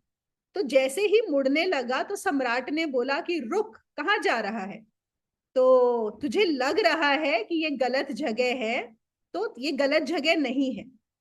तो इसको बड़ी हैरानी हुई, इसने बोला, अभी तो मैंने कुछ बोला ही नहीं, मैंने तो कुछ बोला ही नहीं, आपने कैसे सुन लिया। तो सम्राट ने बोला, तेरे गुरु ने तुझे बहुत कुछ बोला, लेकिन तूने कुछ भी नहीं सुना। अगर इतना कुछ बोलने के बाद तू सुन नहीं सकता, तो तेरे ना बोलने पे सुना भी जा सकता है ना। तूने जो नहीं बोला वो मैंने सुन लिया। तो अब इसको भी लगा कि हाँ, कुछ तो बात है, कि भाई ये कैसे समझ गया कि मैं क्या सोच रहा था। तो वो रुक गया, उसने बोला कि बस 2-3 रातें तू मेरे साथ रुक जा, उसके बाद तू चले जा, अब तेरे गुरु ने भेजा ही है तो उसके बाद वो निकले। फिर सम्राट ने उसका इंतजाम कराया रहने का महल में, और उसको बेस्ट ऑफ द, सबसे अच्छा जो कमरा था, वीआईपी रूम जो होता था, वो कमरा दिया गया, जिसमें बहुत बढ़िया सुंदर गद्दे थे, बहुत अच्छा बेस्ट ऑफ द खाना परोसा गया, और उसको बोला गया कि तू सो जा, फिर सुबह हम बात करेंगे, अभी तू रात में सो। तो जब सुबह उठ के वो आया तो सम्राट के पास, तो सम्राट ने बोला, अच्छा बताओ कैसी नींद आई, कोई कमी तो नहीं थी तेरे पास। तो उसने बोला कि नहीं, आपने इंतजाम तो मेरा बहुत अच्छा किया था, गद्दे बहुत नरम थे, मुलायम थे, और खाना बहुत अच्छा था। कहता, लेकिन आपने जो मेरे बिस्तर के ऊपर एक नंगी तलवार टांगी हुई थी, वो भी एक छोटे से धागे से, उसके डर के मारे मैं रात भर सो नहीं पाया, रात भर मुझे नींद ही नहीं आई। तो उसने बोला कि अच्छा। तो कहता कि वो आपने क्या किया। कहता, देख, तूने रात भर तू सो नहीं पाया, इतना सब कंफर्ट होने के बाद भी, क्योंकि तुझे रात भर डर था कि ये तलवार तेरे ऊपर गिर ना जाए और तेरी मौत ना हो जाए। उसने बोला हाँ। कहता, जैसे तुझे एक रात लगा ना, मैं हर समय इस में रहता हूं कि मेरे ऊपर नंगी तलवार मौत की लटकी हुई है हर समय। कहता, तूने कल मुझे देखा कि मैं शराब के नशे में हूं, नर्तकियों के साथ कर रहा हूं, लेकिन अंदर मुझे हर समय एहसास रहता है कि मौत कभी भी आ सकती है, कभी भी। तो मैं उस सब में होते हुए भी मैं वहां पर कभी भी नहीं होता, कभी नहीं होता। तो ऐसा है।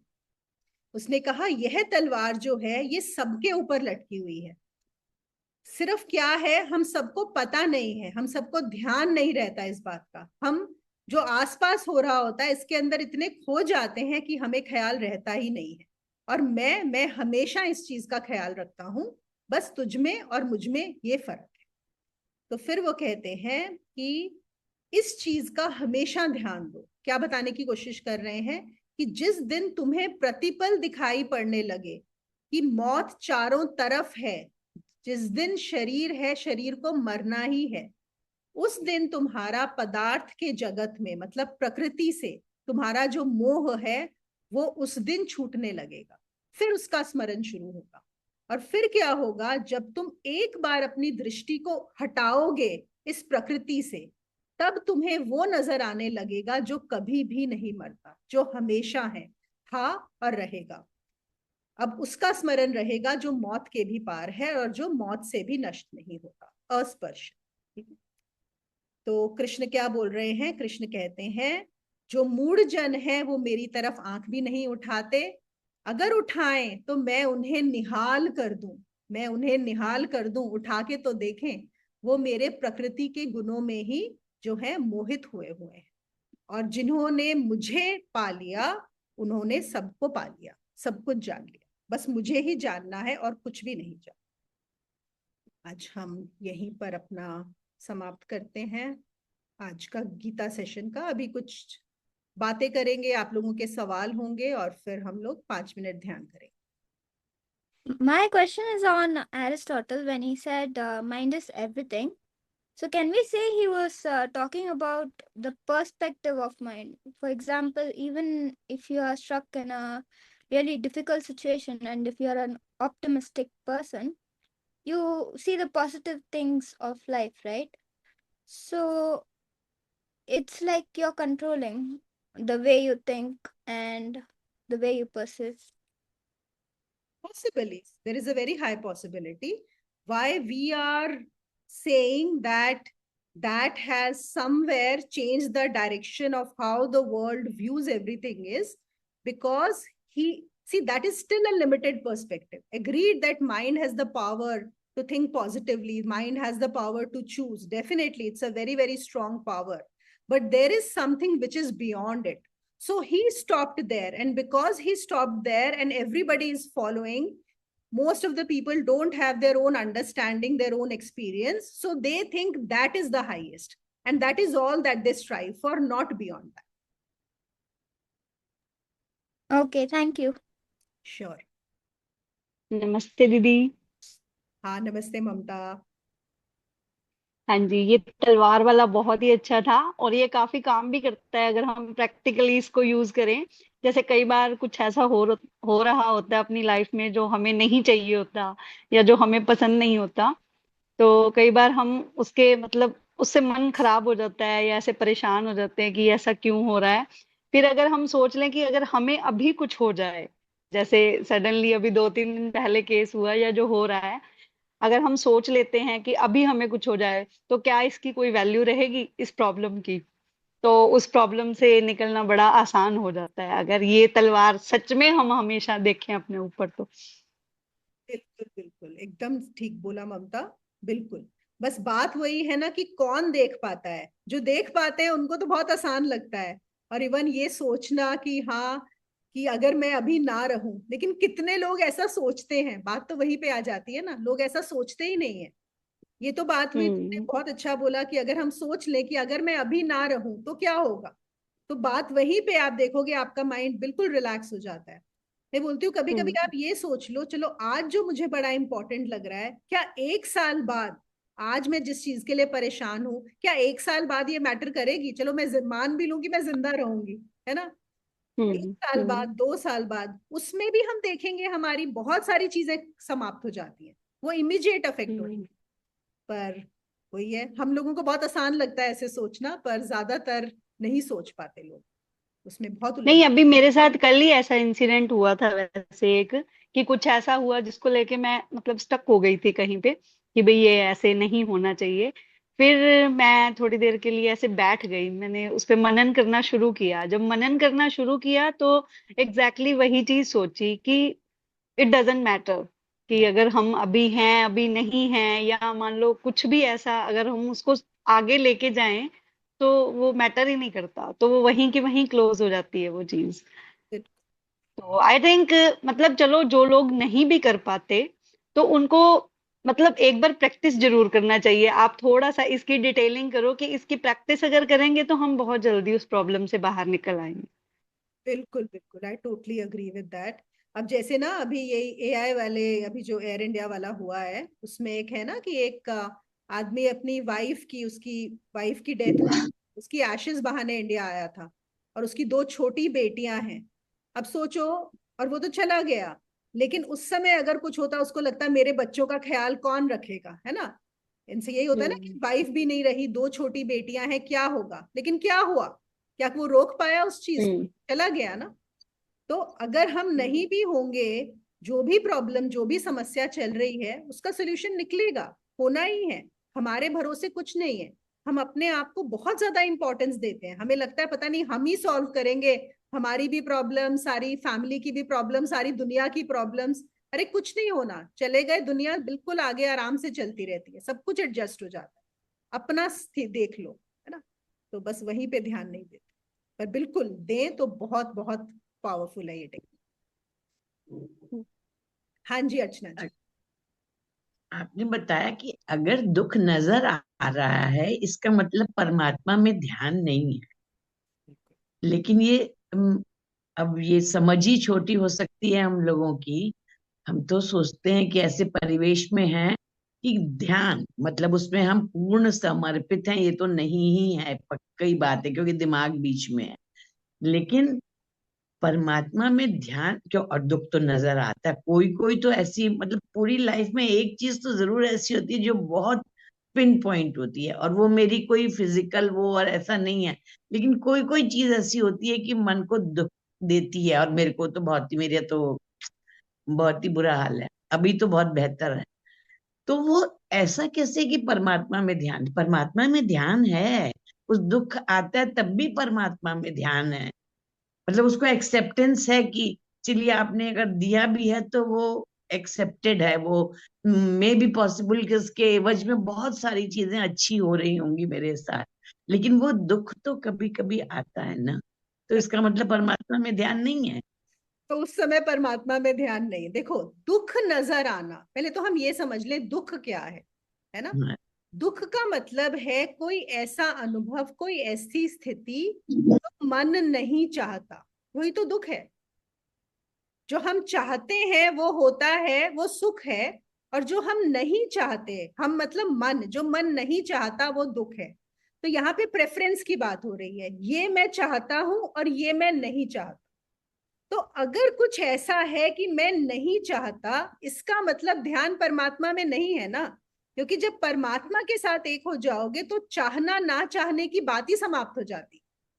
नहीं ये बात आपकी समझ में आ गई, लेकिन देखिए जैसे मतलब अब मैं किसी और के एग्जाम्पल नहीं देती, मैं आपके लिए, क्योंकि आपको तो कुछ अच्छा बुरा नहीं लगेगा ना। आप हैं, नक्षत्र हैं और निवेद जी हैं, तीनों लोग हैं। हम्म। तो ये आपकी चाहत नहीं है कि निवेद जी आपको ध्यान दे या आप अपने बच्चे को ध्यान, ये एक अंडरस्टूड चीज है, उसमें चाहना कहीं नहीं है। अगर वहां से इग्नोरेंस हर जगह होगी, एक एक छोटा सा एग्जाम्पल है, हम्म। तो उसमें चाहत कहाँ आती है? वो तो शायद हम मान के चलते हैं कि जो हमारे अब आप हैं, अब हम आपको अपना कोई कष्ट बताएं तो हम ये चाहते नहीं है कि आप जवाब दें, हम ये मान के चलते हैं कि मेरा सॉल्यूशन यहाँ से आना है, मतलब वहां से मुझे राहत दिख जानी है एकदम से। तो बताइए ये चाहत है कि? अच्छा ये बताइए कि जो भी हमारा दुख होता है, ठीक है, जो भी एक कोई भी हम अपने दुख को ले लें, लेकिन जब हम जी सो जाते हैं, नींद तो आ जाती है, और कुछ नहीं तो हम नींद की गोली खाएंगे तो नींद आ जाएगी, फिर वो दुख ना आ जाता है। चल जब रहा वो है। सो रहे होते हैं वो दुख कहाँ होता है? जब आप रात हाँ को सपना देख रहे वो होते हो, तो नहीं जो भी एहसास। यहाँ पर चल रहा है वो कहाँ होता है, क्या होता है? नहीं होता ना। तो जब नहीं सोते हुए वो दुख नहीं हो रहा, आप देखिए यही एयर इंडिया वाला, जितने भी लोग आज, आई एम श्योर सबके रिश्तेदार बहुत परेशान होंगे, बहुत दुखी होंगे, लेकिन जब वो रात में सो जाते हैं तब क्या उनको ध्यान होगा कि हमारे साथ ऐसा हो गया है? किसी को भी ध्यान नहीं रहेगा। तो नहीं अगर आता है। उस समय भी ध्यान नहीं है ऑब्वियसली, तो आपको इसके लिए माइंड को ट्रेन करना पड़ता है। और वो माइंड कैसे ट्रेन होता है? वही परमात्मा में लगाकर ही होता है। जब कुछ आपको इतनी बड़ी चीज मिल जाती है ना, फिर वो छोटी मोटी चीजें आपके साथ चिपकती नहीं है। वो दुख, हाँ, मे बी टेम्परेली आपको, क्योंकि आप इस शरीर, और ऐसा नहीं है कि शरीर में कुछ लगेगा तो दर्द भी होगा, है ना, दर्द, ऐसा नहीं कि दर्द नहीं होगा। और लेकिन वो दर्द आपका दुख नहीं बनेगा, दर्द होगा, हाँ, दुख ये नहीं। कोई भी चीज ऐसी नहीं है जो कि 24 घंटे हैम्पर करती है, लेकिन but once in a while वो जब कभी क्लिक करती है तो वो लगता है कि ऐसा क्यों, और जबकि उसकी वजह कोई नहीं है। एक होता है कि बहुत डिफरेंस हो गया कुछ, कोई वजह किसी चीज की नहीं होती है। वजह तो होती लेकिन ही नहीं है। लेकिन बात वही वजह, है कि अगर दुख लगा, अगर लगा कि दुख है, दर्द की बात नहीं हो रही, दर्द होना ही है, नहीं। दर्द सबको होता है, कृष्ण को भी होता है, महावीर को भी होता है, ठीक है ना। जी लेकिन अगर दुख लगता है कि ये क्यों हुआ या ऐसा नहीं होना चाहिए था, तो मतलब हम्म, ध्यान परमात्मा में नहीं है। इसको आप लिख हम्म, के रख लो। हारी ना। देखो, पता है क्या, जैसे कि पता है आम दुनिया कैसी है, जैसे कि अब बात करो ना किसी से, तो ये कहेंगे हमें ना कुछ नहीं, मतलब सत्व गुण में ही सब मोस्टली लोग फंसे हुए हैं कि हमें ना सबके बारे में अच्छा सोचना है, हमने सबके लिए अच्छा करना है, और अपना भक्ति में अपना ध्यान ऐसे लगाना है कि दूसरों से हमें कोई लेना देना नहीं है, मतलब जो सत्व में गुण होते हैं, ठीक है। तो उनको परमात्मा में लगाना, तो मैं मतलब हम यही कह देते हैं ना कि मन से वो करो। मैं फिर उनको यही सुजेस्ट करना पड़ता है कि किसी गुरु के अंडर साधना करो तो तुम्हें समझ आएगा, मतलब सत्व से भी ऊपर जाना है। बट ये इतना मुश्किल है उन लोगों को समझाना। मतलब मान लो किसी कोई बात भी करता है, इस चीज से अप लेके जाना उनको कि वो बस उनको यही यही सब अच्छा लगता है कि हम बस सबका भला करें और यही करते रहे। तो ये इसमें फिर उनको क्या सुजेस्ट करना चाहिए, कुछ नहीं, देखो इस स्टेप से कैसे ऊपर लेके जाए उनको? हमें किसी को ऊपर नहीं लेके जाना, नीचे नहीं लेके जाना, कुछ नहीं नहीं, करना। वो जाना चाहता है। हाँ, जो जाना चाहता है उसको तो साधना जाना चाहते हैं, करनी होगी, हाँ। साधना, और कोई तरीका नहीं है। हाँ, जो जाना चाह नहीं रहा है, जाना चाहते हैं। हाँ हाँ, हाँ। हाँ। अब आप देखो, अगर मैं बोलूं मुझे पुणे से बैंगलोर जाना है, ठीक है, अब मैं घर में हम्म। बैठी हुई बोल रही हूँ नहीं मैं तो घर में ही रहूंगी लेकिन मुझे बैंगलोर जाना है, तो आप मुझे क्या बोलोगे? अरे घर से बाहर तो निकलना पड़ेगा ना, चाहे पैदल चल के जाऊं, चाहे मैं बस लूं, चाहे कार में जाऊं, चाहे ट्रेन में जाऊं, चाहे प्लेन, कोई तो मुझे व्हीकल लेना पड़ेगा ना। बिना व्हीकल के मैं पुणे से बैंगलोर कैसे पहुंच जाऊं? तो बिल्कुल ऐसे ही अगर आप ऊपर होना चाहते हो तो आपको एक गुरु और साधना का पथ लेना ही लेना पड़ेगा। वो ही प्रोसेस है, उससे कोई छूट नहीं सकता। और अगर आप नहीं ले रहे, इसका मतलब आप अभी जाना चाहते ही नहीं हो, ये समझ जाओ। क्योंकि जो जाना चाहता है, जब भूख लगती है ना, तो आप ये नहीं देखते कि सामने खाना किसने बनाया है, कैसा बनाया है, उसमें सब्जियां कहाँ से आई थी, ऑर्गेनिक है कि क्या है। भूख लगती है ना, तो अब बस आप खाने बैठ जाते हो कि आपको जो सबसे पहले खाना अवेलेबल मिलेगा आप खाओगे उसको। होता है कि नहीं होता? हमको बहुत भूख लगी हो, किचन में जाएंगे, जो अवेलेबल होगा हम वही खाते हैं। तो इसका मतलब है अभी भूख नहीं लगी, और ये भूख भी सबको नहीं लगती। मेरा तो यही अनुभव है, बहुत कम लोग हैं जिनको ये भूख भी लगती है। अब बस ठीक हमारा है। काम क्या है कि बताते रहो अपनी खुशी से। कोई बदल जाए बहुत अच्छी बात है, और कोई नहीं बदलना चाहता तो भी ठीक है, क्या फर्क पड़ता है, कभी ना कभी तो हो ही जाना है। देखो कृष्ण आए, बुद्ध आए, इतने सारे गुरु आकर चले गए, क्या सब बदल गए? नहीं बदले ना। तो माया का ऐसा है ही नहीं कि सब बदल जाएंगे। तो कई लोग जैसे मतलब मेरा मतलब है कि कई लोग ना जैसे जाना भी चाहते हैं उस पे, लेकिन उनको इतनी, फिर उनको हम कहेंगे कि साधना ही करो, ये करो, तो मतलब वो बस उनको लगता है कि यही है परमात्मा की सबका अच्छा करना, किसी का बुरा ना सोचना। और हम ज्यादा इन चीजों में, तो मुझे तो शौक नहीं है, मैं तो लिमिट में हूँ। जीवन ही उनका गुरु बन जाता है। तो कैसा होता है, वो बोलेंगे हाँ हमें तो सबका अच्छा ही करना है, सबका भला ही करना है, सत्व में रहना है। तो क्या होगा, और ऐसा भी कितने लोग बोलते हैं ना कि हम सबका भला करते हैं फिर भी हमारे साथ बुरा होगा। तो जिंदगी ऐसा प्रकृति ही ऐसा खेल खेलेगी कि उनको लगेगा कि हाँ सत्व से भी नहीं हो रहा, अब इसके बाहर जाना है। तो जब वो इच्छा जगेगी तब वो पथ लेंगे, तब वो आगे बढ़े। हम बोलते हैं ना, या तो खुद से सीख जाओ, नहीं तो जिंदगी सिखाएगी अपने आप। और जिंदगी कैसे सिखाती है? दुख से ही सिखाती है, इतना दुख देती है कि वहां पर फिर आपका सत्व भी काम नहीं आता। गुरु माँ मैं कुछ बोलूं? हाँ बोलो, बोलो भारती। हाँ गुरु माँ जैसे अब किसी की लाइफ में अगर पैसा नहीं है, पैसे से ही घर चलना है, खाना पीना रहना सहना सब उसी पैसे से ही चलना है, तो वो कैसे, आध्यात्मिक की भूख भी बहुत है उसको, वो आगे कैसे बढ़े? वो तलवार जो उसकी लटकी हुई है मौत की, वो उसको भी नहीं देखना चाहता कि अगर मैं मर गया तो मेरा मतलब, मेरा जो हमारे घर वाले जो सब करते हैं उसके लिए भी उनके पास पैसे है कि नहीं है, तो वो इसमें कैसे अपना कदम आगे बढ़ाए? देखो अभी उसको हमने बहुत क्या भूख बात है, वो हर टाइम करता है यही सोचता है कि नहीं मैं बैठूं, बस मैं बैठूं, मैं बस यही करूं, पर वो जो सब वो ध्यान वो सब उधर भटकता है कि नहीं इसको ये चाहिए, इसका ये करना है, इसको शादी करनी है, इसका वो करना है, तो वो अपनी भूख को कैसे कैसे इसकी तरफ वो कैसे मुड़े? बहुत अच्छा सवाल पूछा। देखो यहाँ पर अज्ञान है बहुत सारा, और मोह है। मोह क्या है? पहले तुमने क्या पूछा कि जिसको खाना पीना परिवार चलाना है, हमने पहले भी ये बात की है, जो सर्वाइवल, हमें सिर्फ जीवन में जीने के लिए इन ईश्वर ने सबको एनफ दिया है। किसी के पास इतनी कमी नहीं होगी कि उसको खाने को ना मिले, पहनने को ना मिले और उसे छत ना मिले। कि ये क्या क्या कर रहा है, वो क्या कर रहा है, वो देख ही नहीं रहा। अगर मैं इस राह पे चलना चाहती हूँ, आगे बढ़ना चाहती हूँ, तो फिर ये सब मेरा पूरा करके मुझे आगे क्यों नहीं जाने दे रहा? वो भी तो बात आती है ना फिर। नहीं, देखो यहाँ पे हम क्या बोल रहे हैं कि भगवान पहले तू मुझे एक जो है ना बड़ा वाला बंगला दे, मेरे सारे बच्चे सब सुखी रहें, सबकी जॉब लगे, हमारा करोड़ों का बिजनेस हो, मेरे उसमें पहले जो है मर्सिडीज खड़ी हो, उसके बाद मैं ध्यान करूंगी।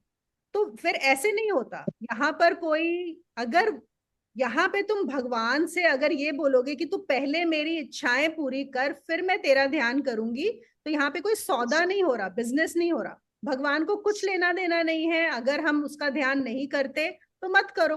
भगवान को कोई कमी नहीं है, कोई प्रॉब्लम नहीं है। ये हमारे लिए जो है कृष्ण बता रहे हैं कि तुम दुखी हो, अगर तुम मेरा हाथ पकड़ लो तो तुम्हारे दुख दूर हो जाएंगे। लेकिन अगर तुम दुख नहीं, तुम्हें मेरी प्रकृति में ही इंटरेस्ट है, तुम्हें रज, ये कहाँ से आ रहा है? रजोगुण से, कि हमारी इच्छाएं। और देखो जैसे मैंने अभी बोला, क्या बताया था कि वो एयर इंडिया की फ्लाइट में एक बंदा जो गया, उसकी दो बेटियां, 5 साल और 8 साल, ना उसकी माँ रही ना पिता रहे।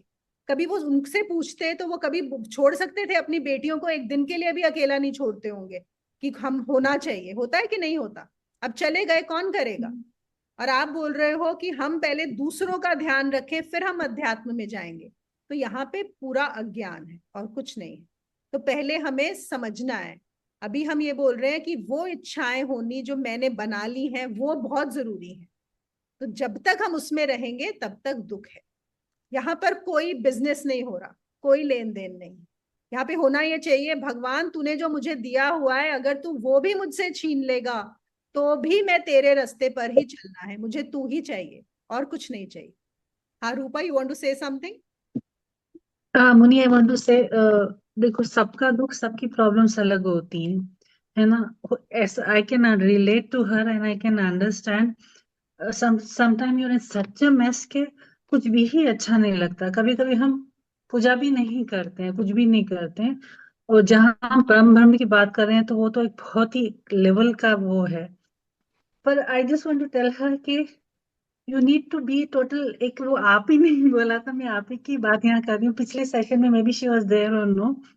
Total surrender, here it comes. You surrender it, he'll come. Total surrender, total. Rupa, मैंने बहुत बार की है सरेंडर, इवन की मतलब उनको छोड़ दिया कि अब तू जान, तेरा काम जाने। पर फिर वो मन है ना, वो डोल जाता है बस। वो मतलब मन शायद डोलता है, मन बिल्कुल डोलता है। आप, हम गीता का ही एग्जाम्पल ले लेते हैं, छोटा सा एग्जाम्पल है। जब द्रौपदी, आप इमेजिन करो उस सीन को, आंख बंद करके, हम कर नहीं सकते। जब द्रौपदी को धूलकिला में ले आए, राज्यसभा में ले आए, कैन यू बिलीव इट? मैं नाम नहीं लूंगी, कृपाचार्य, द्रोणाचार्य, मतलब सब, चलो अब मैं ऐसे कहती हूँ, मामा, भांजा, ये पति, 5-5 पति, इतने सब, किसी ने हेल्प नहीं करी। मतलब ऐसा क्या था कि कोई भी नहीं। फिर एंड में शी सेड, छोड़ दो।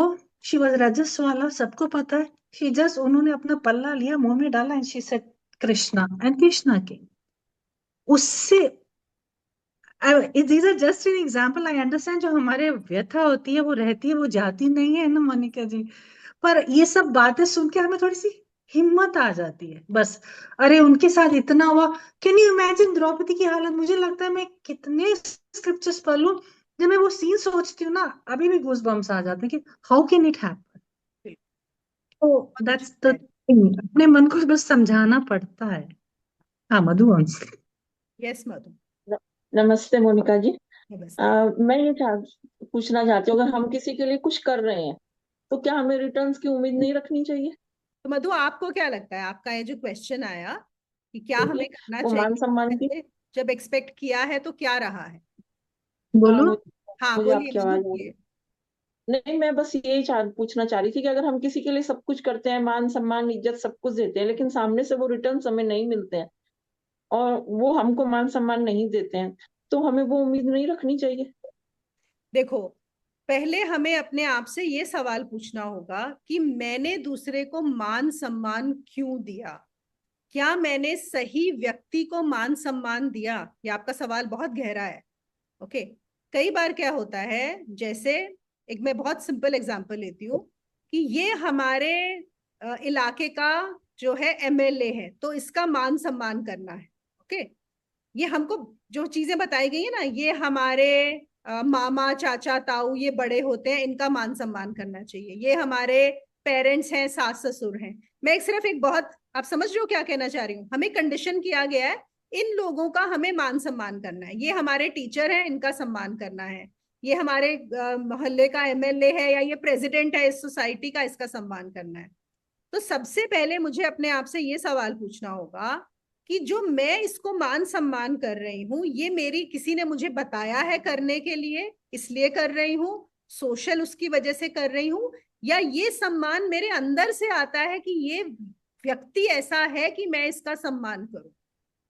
समझ रहे हो? अगर ये मेरी कंडीशनिंग से आ रहा है कि मुझे बोला गया है कि सामने वाले को सम्मान दो, क्यों? क्योंकि ये तुमसे बड़े हैं, इनका ओहदा बड़ा है, या ये ज्यादा अमीर हैं, या ये ज्यादा शिक्षित हैं, इनका सम्मान करो, और मैं उनको सम्मान कर रही हूँ और मुझे नहीं मिल रहा, तो बुरा लगना ही लगना है। लेकिन अगर मैं एक ऐसे व्यक्ति को सम्मान देती हूँ जो मेरे अंदर से सम्मान आता है, जो अपने आप आता है, जो किसी के कहने से नहीं आता, फिर सामने वाला मुझे सम्मान दे या ना दे उससे कुछ फर्क नहीं पड़ता। तो वहां पे क्वेश्चन करो कि मैंने क्यों सम्मान किया सामने वाले। ठीक है, आपको कुछ तो आंसर मिला? मतलब हमें वहां पर छोड़ देना चाहिए। कहाँ पर? मतलब जो हमको हमको लगता है कि हम जिनको मान सम्मान दे रहे थे और उनसे जो हमारे लेवल के हैं, तो क्या हमें उनको फिर छोड़ देना चाहिए? वो तो आपको अपना एनालिसिस करके फिर आंसर आपको ही निकालना होगा। आपका ही मन आपको जवाब देगा कि अब मुझे इसका सम्मान करना है कि नहीं करना। वो कोई और नहीं बताएगा, वो बाहर से नहीं आएगा, वो आप ही को डिसीजन लेना है कि मुझे करना है कि नहीं करना। और आपकी बातों से ऐसा लग रहा है कि अगर हमारे दिमाग में ये आया है, ये सवाल आना कि मैंने इसका सम्मान किया लेकिन इसने मेरा सम्मान नहीं किया, इसका मतलब ये सम्मान अंदर से नहीं आया। ये हम प्रश्न से ऐसा पता लगा सकते हैं, है ना? तो सबसे पहले, और यहीं पे कंडीशनिंग आती है। देखो, हमें अपनी कंडीशनिंग जो तोड़नी है ना, मैं फिर से वही बात रिपीट करूंगी, है बहुत बेसिक। यहाँ पे बहुत लोग इस बात को समझते हैं कि हमें बहुत कुछ भर दिया गया है हमारे दिमाग में कि ऐसा करना चाहिए, ऐसा होना चाहिए, जो सोशल नॉर्म्स चीजें, कि हम इसको करें किसी भी रीजन से। तो वो जो चीजें हैं उनको हमें हर एक को क्वेश्चन करना पड़ेगा कि क्यों मुझे करना है।